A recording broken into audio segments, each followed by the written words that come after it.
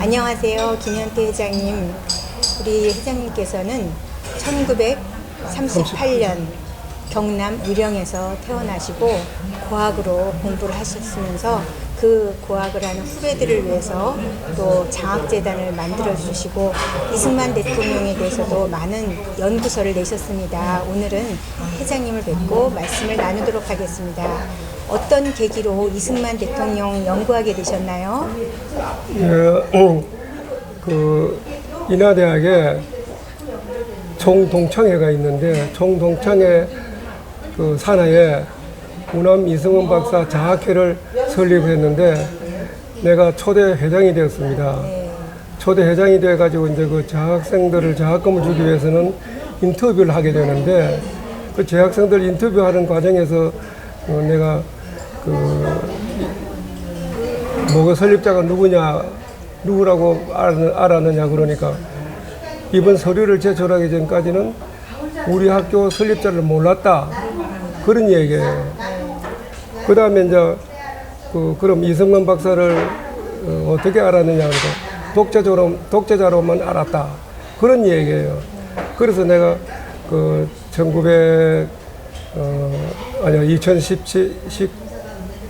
2012년 가을 학기 재학생 선발 인터뷰를 끝내고 난 뒤 이래서는 안 되겠다. 재학생들에게라도 학교 설립자가 누구인가 하고 또 잘못된 역사, 왜곡된 역사를 좀 바로잡아 줘야 되겠다. 그런 생각을 갖고 이 이승만 대통령 불편한 진실을 쓰기 시작해가지고 그 이듬해 2012년도에 우남 이승만 박사 장학회 초대 회장으로 이제 선임돼가지고 그 가을 학기에 재학생 선발 과정에서 후배들이 학교 설립자가 누구인지도 몰랐다고 그러고 또 이승만 박사를 어떻게 생각하냐고 그러니까 독재자라고 이렇게 이야기돼서 그해 가을에 집필을 해서 2013년 초에 그 이승만 대통령에 대한 불편한 진실을 써냈습니다. 거기는 이승만 박사에 대한 잘못된 왜곡된 역사를 바로잡기 위해서 몇 가지를 썼었어요. 예를 들어서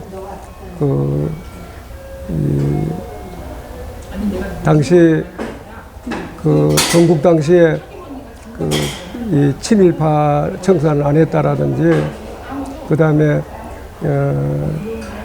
6.25 때 이승만 박사가 서울 시민을 내버려 두고 부산으로 도망을 갔다라든지 그 다음에 부정선거를 했다라든지 이런 것에 대해서 등등에 대해서 제가 소제목을 달아서 책을 썼습니다.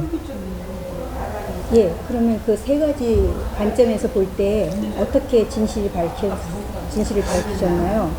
먼저 서울 피난 가신 게 부산으로 피난 가신 거. 그것에 대해서는 이제 조금은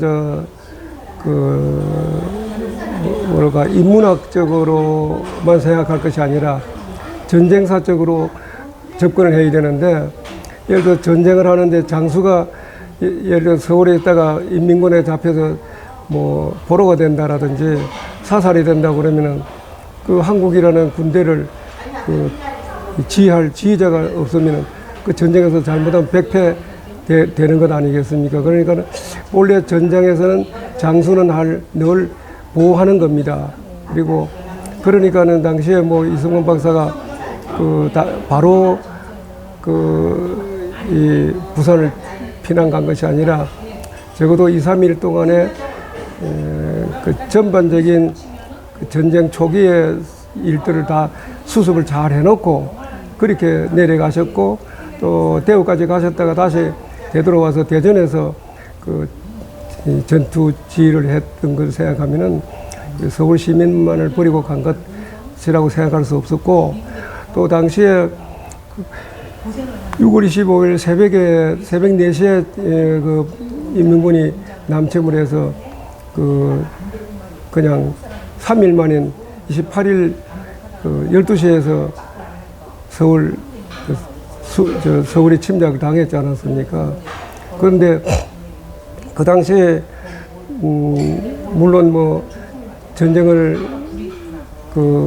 치른 경험이 있던 사람들이 혹시 지휘를 해서면 또 좀 모르겠지만은 그런 전쟁을 처음 치르는 입장에서는 완벽하게 뭐 이 전장 현장을 두고 제대로 처리한다는 것은 쉽지는 않았지만은 이 박사가 그래도 당시 일본 동경에 있는 메가다 장군한테 연락을 하고 그렇게 해서 빨리 도우라고 얘기했고, 그리고 이제 어느 정도 수습을 하고 피난을 이제 주위의 사람들이 서울에 있다가는 괴뢰군이 곧 들어오면은 다 잘못하면 생명을 잃을 수 있으니까 피난을 가시자고 해서 억지로 간 것이고, 그리고 또 한강철교를 조기에 뭐 폭파했다고는 하지만은 전쟁사적으로 보면은 조기도 아니다고 생각했죠. 왜냐하면 38선에서 3일 만에 서울을 침략했던 그런 북한의 군사력으로 볼 때는 서울은 점령하면 당시에 당장 이 한강다리를 통해서 남침을 할 가능성이 높으니까는 일단은 그러니까 북계 남침 통로를 해야 되겠다는 그런 생각에서 한강다리를 폭파한 거고. 네, 부정선거에 대해서는 어떻게? 그다음 부정선거에 대해서는 아까도 좀 말씀드렸지만은 당시에 이 대통령 출마했던 사람으로서는 이 박사와 조병욱 박사였는데, 조병욱 박사는 신병차 미국에 가서 치료차에 가서 세상을 떠셨기 때문에 무투표 당선될 수 있는 거고, 부통령 이기붕 씨가 문제였더랬는데 자유당 실세들이 어떻게든 간에 정권 유지 차원에서 이성만 박사가 6.25 때 이기붕 씨라도 그리고 이제 당시에 이 박사는 이기붕 조병욱 씨가 세상을 떠셨기 때문에 무투표 당선된 거니까는 그건 이기붕 부통령을 당선시키기 위한 방편으로 부정을 저지른 거죠. 이승만 대통령은 몰랐을까요? 몰랐죠. 왜 몰랐죠? 충분히 대통령이 그 당시 내무부 장관이 최인규 씨였더랬는데, 네. 대통령에게 뭐 사사건건 보고를 해야 될 일도 있었지만 당시에 노령이시고 또 그런 어떤 뭐 그런 인해 장막에 처해 있어 가지고 잘 보고가 안 된 것 같아요. 그래서 잘 몰랐었죠. 그 몰랐다가 국무회의를 열면서 이제 뭐 바깥에 소란하다는 소리를 어떻게 들어서 국무회의 때 무슨 일이 있느냐 그랬을 때 이 국무위원들이 아무도 그 당시 부정선거가 있었고 지금 학생들이 데모를 하고 있다는 것도 보고를 안 했어요. 보고를 안 하고 있다가 29일 날인가 해가지고 어떻게 알게 돼가지고 내가 그냥 물러나면 될 거니까는 진압을 하는 과정에서 사람을 죽이는 일을 하지 말라고 그러셨죠. 그리고는 이 박사가